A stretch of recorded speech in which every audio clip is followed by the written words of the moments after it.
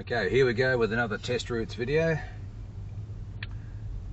As always, we observe a fast walking pace, about 10 kilometres an hour through the car park. No real need to indicate right here, there's only one way to go, but we must indicate left here. Making sure we don't ride the back wheel up the curb there. And coming out to the stop sign. As you come to the stop sign, don't worry about the other traffic. Just come up to the line, focus on the line, stop at the line, feel the car stop and rock back a bit when it stops. And then deal with the traffic. Okay, we're heading straight across here. Remember, at that stop sign you could be asked to turn left, go straight ahead, or turn right. Any one of those options. So you must be good at all three.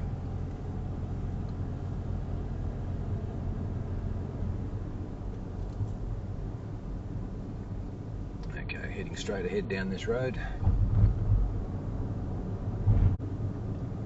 And we'll turn left at the roundabout. Now remember, these aren't exact test routes. They are examples of the sorts of things that you may be asked to do in your test, and they're following the structure of the test. So we're doing 5 sections in about 30 to 35 minutes, 3 general driving point-to-point following directions type sections, and 2 exercises, one called left something behind, one called stopping for shopping. Okay, coming up here, just check our mirror, check our blind spot as we cross the bike lane. We're not going to cross it yet because we will block the bike lane. We'll stop those, so we do a blind spot check now just as we move across the bike lane. Bike lane is a lane in its own right. You don't want to be blocking it. Okay, just checking that it's clear. And heading up this road towards a set of traffic lights.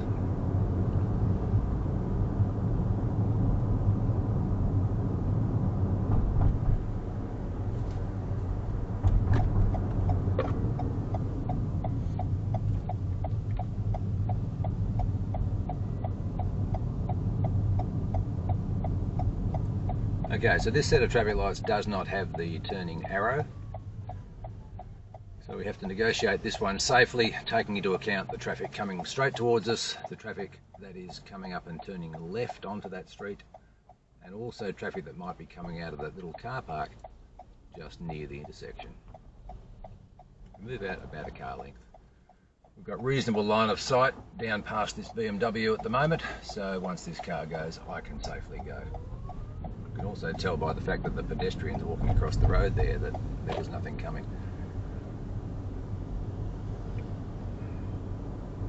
Okay, down through this area, sometimes known as Suicide Alley. Lots of cars, lots of pedestrians, many of those pedestrians glued to their mobile phones. So a suitable speed through there at most times of the day would be about 30 to 35 k's an hour. Okay, once you get around the bend, the road opens up a bit. Less pedestrian traffic, less car traffic, and you can get up to a speed that is closer to the speed limit. Okay, currently 1 lane in each direction. Up ahead we can see there is a dividing line. There are 2 lanes. Now we don't want to line up behind the car in the right-hand lane because it's got its right-hand indicator on. It could potentially move out to the middle and have to wait for oncoming traffic. Okay. Glancing right and left as we come through. To indicate, check our blind spot and move over. Okay, that's a merge point. There were 2 lanes going into one. You've got to recognise merge points. There may or may not be a sign there telling you about it, but you've got to do your blind spot check as you merge. We're turning right here, just over these faded white lines, making sure we don't cut the corner. Yeah, with a merge in Joondalup, if you're in the left-hand lane, that lane always moves across as part of the merge, so you need to indicate. From the right-hand lane in Joondalup, you're always travelling straight ahead, not diverging at all, so you don't need to indicate. But drivers in either lane have to check their blind spot. Okay, coming up here, there is a stop sign tucked away over there on the right-hand side. You might not notice it because it's not in your line of sight, but there is a stop line on the road here. We stop completely, we feel the car rock back a bit when it stops, and then we move away. Okay, now there is no speed sign on this road as we've turned the corner, so you don't know what this speed limit is, other than the fact that it could be the default speed limit. Yes, it's a built-up area, there are houses around, so it's most likely going to be 50. We drive at 50, and as it turns out, that is exactly what the speed limit is on this section of road. So try to drive somewhere between 46 and 49 if it's a 50k limit. Don't try and drive right on the limit, because you may well stray over when you're going down hills. I'm currently driving to the car's speedo, which is a little bit different to the reading on the camera GPS.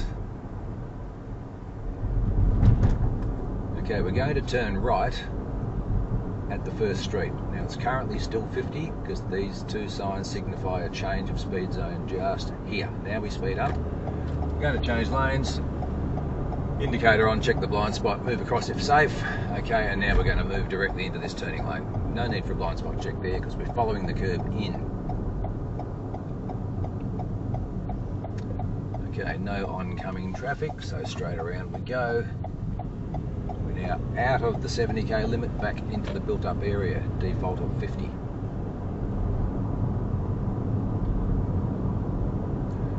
So this is the first section of the driving test. Typically it's just general point-to-point driving following directions, and at some point you'll probably get asked to pull over and park somewhere, or you may drive directly to a car park.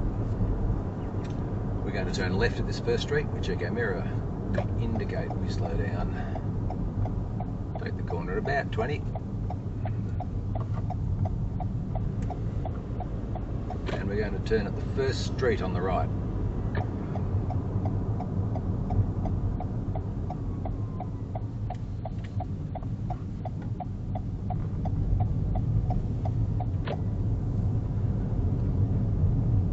Okay, coming up to a roundabout, we're just going to turn the car around.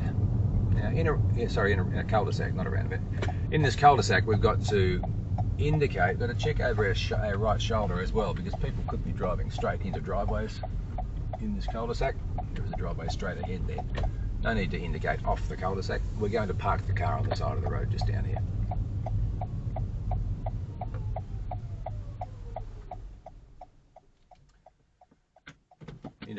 Indicator off.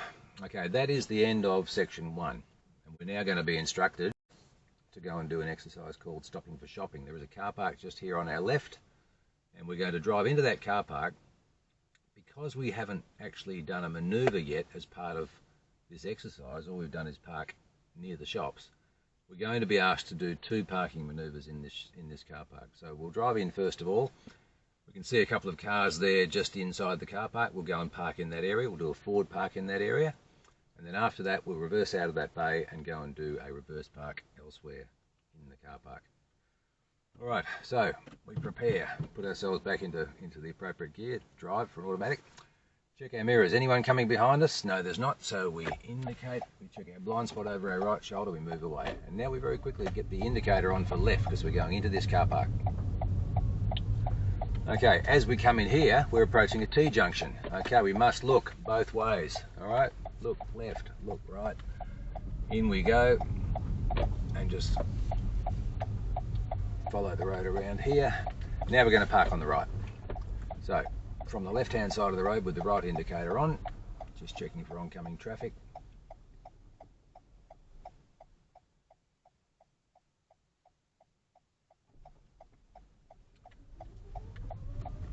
In we go, nice and central, just lining up on something dead ahead and stopping before the front of the car scrapes the curb. So we just use our shoulder, get our shoulder to halfway along the length of all these white lines for these bays, and park the car, put it into park. If you've got a manual handbrake, apply the handbrake as well. Okay, so now we're going to reverse out of this bay. We look in all directions. We check over our right shoulder, we check in our central mirror, we check over our left shoulder, and we very, very carefully reverse out, making sure we don't impede any other traffic or any pedestrians. Okay, still looking around as we go. Get ourselves nice and straight. Check our mirror, central mirror, right mirror. Indicate right, check over the right shoulder and move away.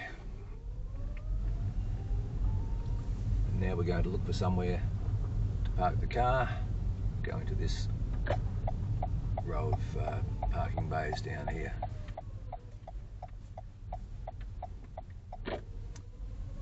So looking for a nice early opportunity to park. Here's one just here. If you're counting lines, make sure you look ahead as you count. Okay, having a look around in all directions.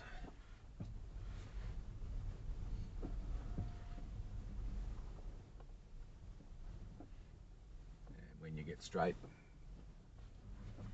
straighten the wheels up and reversing back until your shoulder is halfway along the length of the white lines. And just stopping there. Okay. Now if you need to do any corrections, you can take them on yourself without prompting, because what you'd do in a car park, if you messed up your parking, you would just automatically go and fix it. You wouldn't leave your car parked in a unsuitable manner. It's possible that the assessor might give you a subtle prompt if your parking wasn't up to scratch. They may ask you whether you're happy with what you've done, or whether you're all finished, whether you're all done, whether you're all good. And if you just dismiss them by saying yes, and then they persist and ask you again whether you're sure that your parking is good, just have a think about it, because they are allowed to offer subtle prompts, but they can't direct you what to do. Otherwise that would be intervention. But if your car is reasonably central in the bay and reasonably straight, then you should be good. They'll probably open the door and have a bit of a look. If you want to have a look, just check with the assessor that it's okay to open the door, make sure it's safe, and you can check the location of the white line next to you. If your car has those little circular parking mirrors, you'll be able to see the location of those lines from the driver's seat without needing to open the doors. Okay, so that would be the end of section 2, and then we would drive away and do some more following of directions.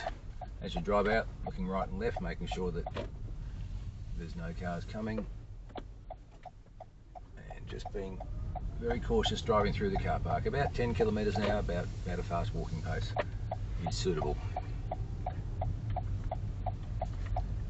Okay, we're turning right onto this street. Just be careful of the footpath.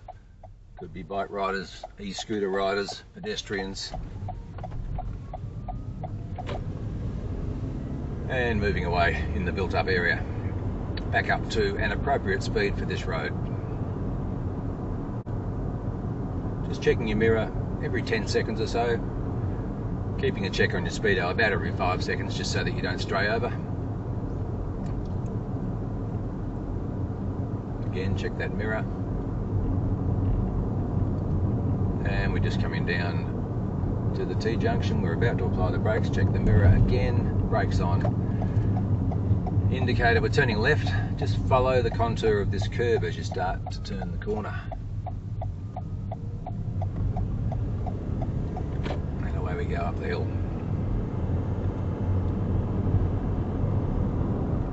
So just keeping an eye out for signs that are relevant to you. Some of the signage is relevant, other stuff is. Here's an example of something that is relevant. It's warning you that there is a T-junction up ahead.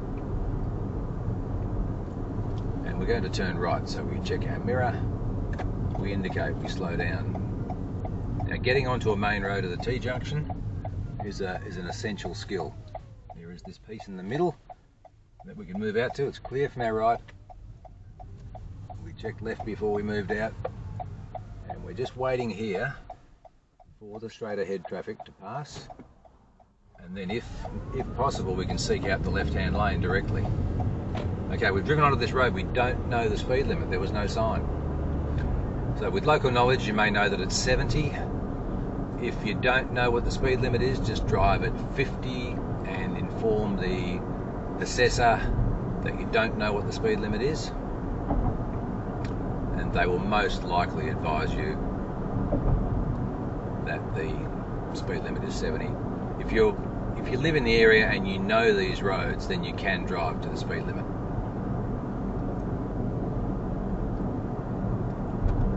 Okay, this road has got a school zone between certain hours of the day.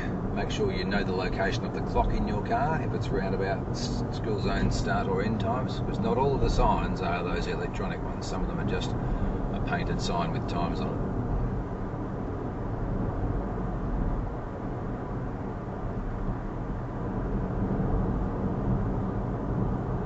you go into a school zone during school zone time, pay particular attention to the end of school zone sign so that you know when you can actually speed up. If you miss the end of school zone sign, you'll be in a bit of a dilemma as to when to speed up again. Okay, onto a new road. We don't know the speed limit. Turning left here. But these roads with the similar configuration are all 70 around Joondalup, with the exception of the built-up part of Grand Boulevard. Okay, we're going to turn left at this roundabout here.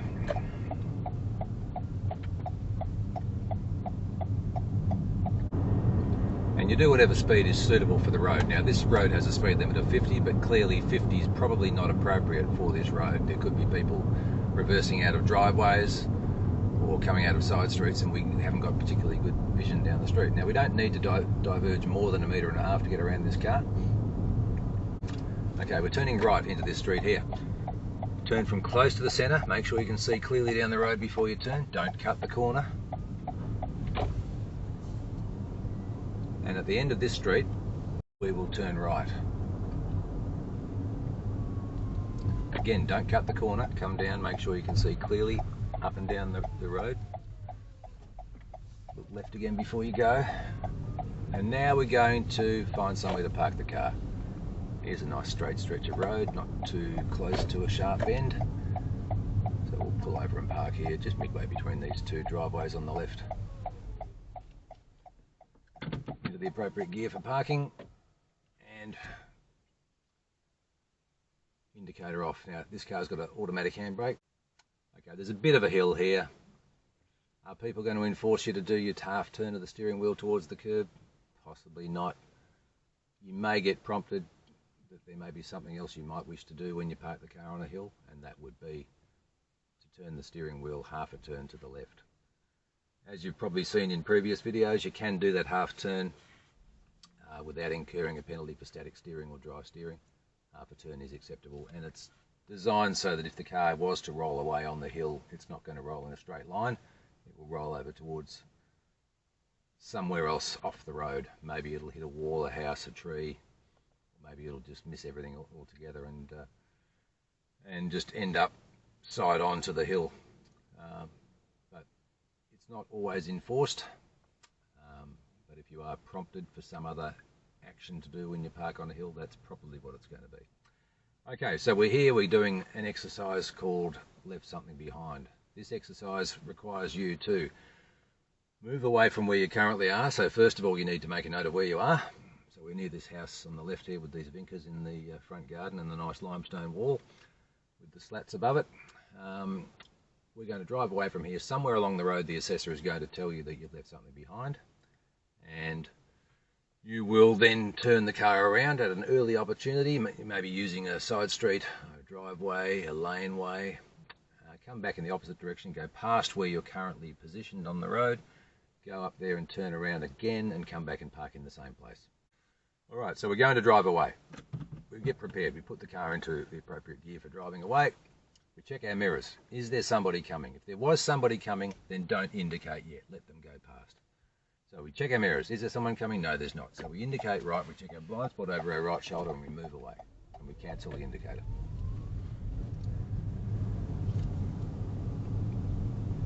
Now we come around the bend here and you're told you've left something behind, you've got to go back. Okay, let's find a nice early safe opportunity to turn around. Here's a little side street we can use. So we come in here, we change direction with our indicator, we swing around, we look over our shoulder as we swing, and just before we re-enter this road we check both ways. Now there is a car coming down the street.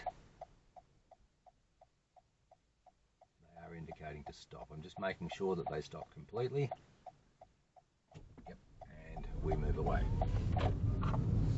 Okay, so that's your first manoeuvre. There's two manoeuvres involved in this left something behind exercise.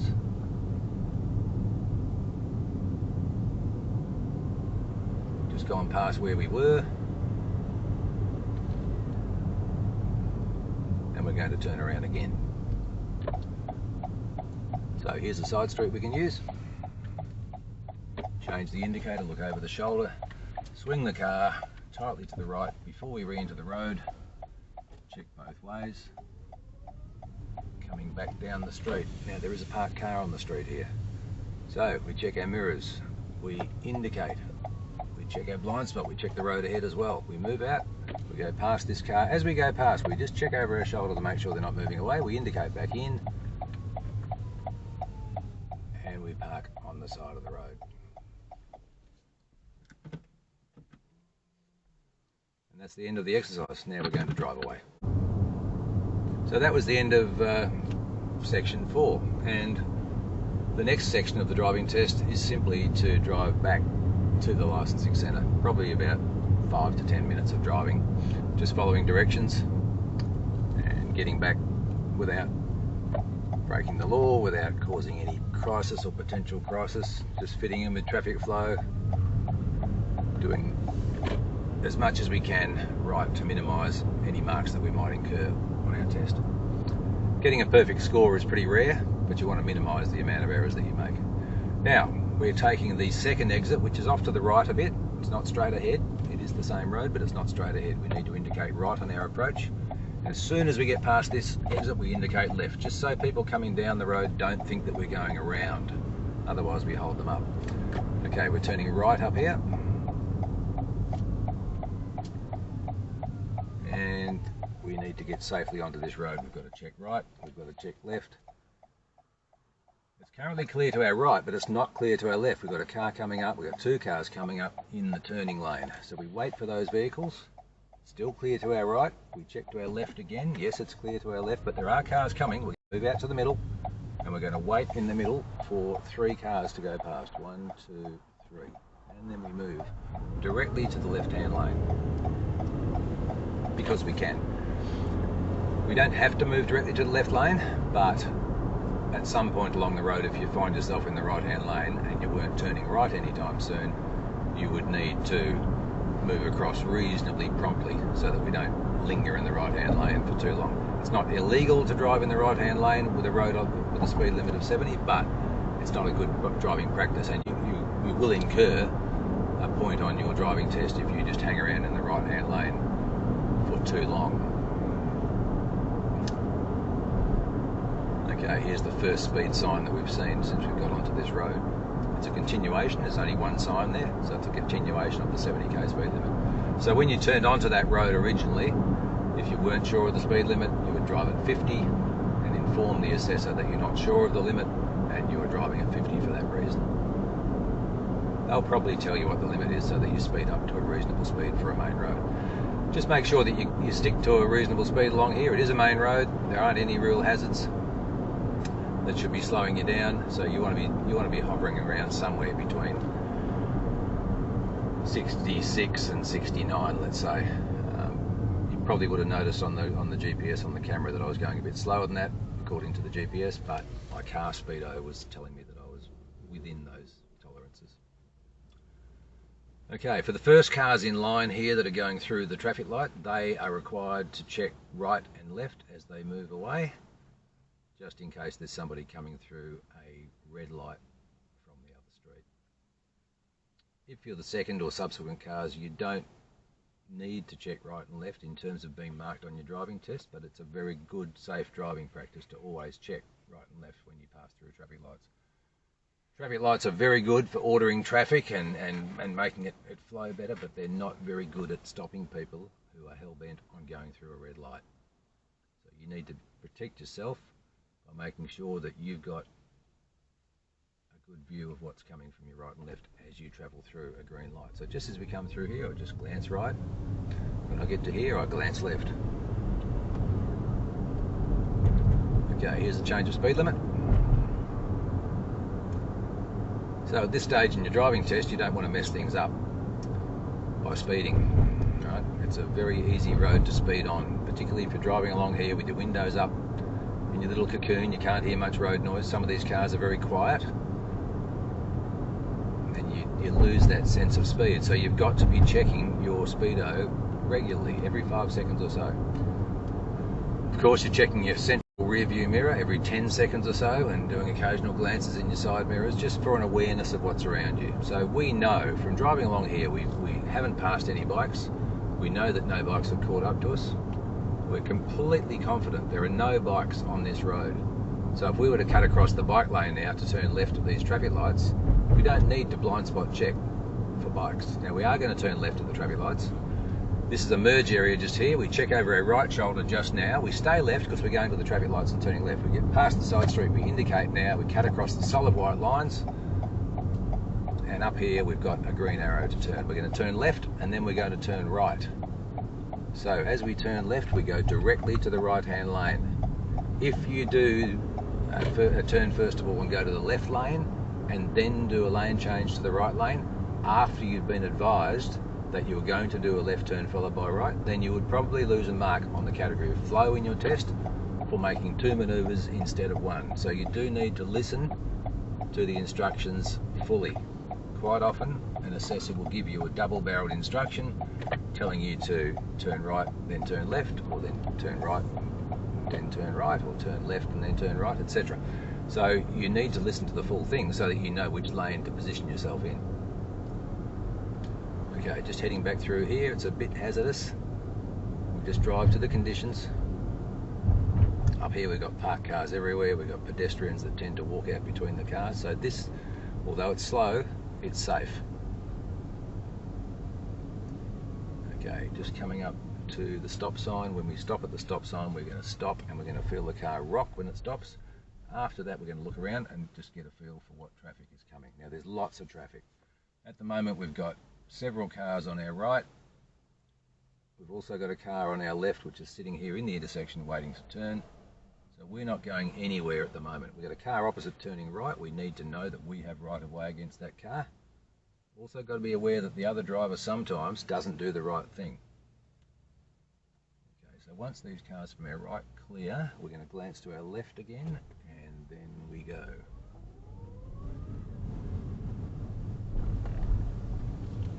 And just making our way back into the car park.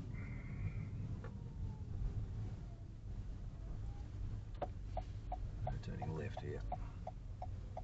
This time of the day, which is about 11 o'clock, this car park gets very busy.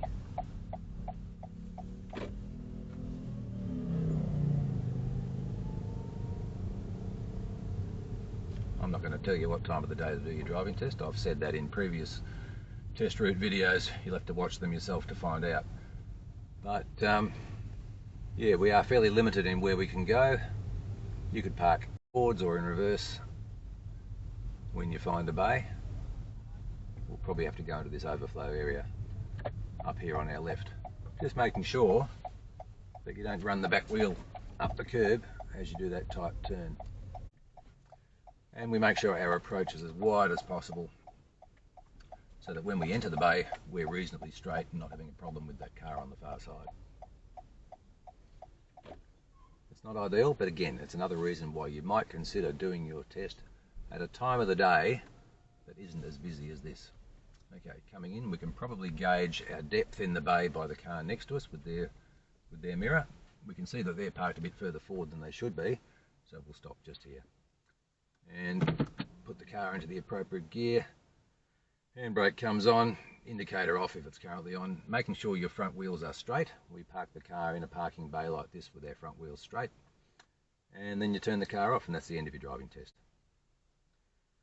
So hopefully you picked up something from that. As I've said earlier, there are a number of sample test route videos that we've put on YouTube. They're not absolutely guaranteed to be exact test routes, but they are indicative of the sort of things that you might be asked to do. Now you need to go and watch them all. We've found from just putting a couple of them up that people watch the first one and they don't watch the second. We look at the stats and we see that about double the number of people are watching the first one versus the second. Now that attitude to learning is pretty poor, and if you're one of those people that scrimp on it and you only watch the first one and you go, yep, fair enough, near enough's good enough, you'll probably fail your test. I'm not saying that watching videos of test routes is going to get you through your test, but it is part of the overall package. You've got to get out there, you've got to learn, you've got to be on the road actually driving in all conditions, but you've also got to avail yourself of where you might go in your test so that you can go out there and practice specifically on those sorts of manoeuvres and just get a familiarity with the area so that you don't feel like a fish out of water when you're doing your driving test. Don't forget, when you do your test, You'll have an unfamiliar person sitting in the car with you. You'll probably be more nervous than you otherwise would be in a normal lesson. And you need to put all of those little 1%ers in your favour, some of which are knowing the test routes reasonably well, so that when you get asked to go somewhere, it's not the first time you've travelled that road.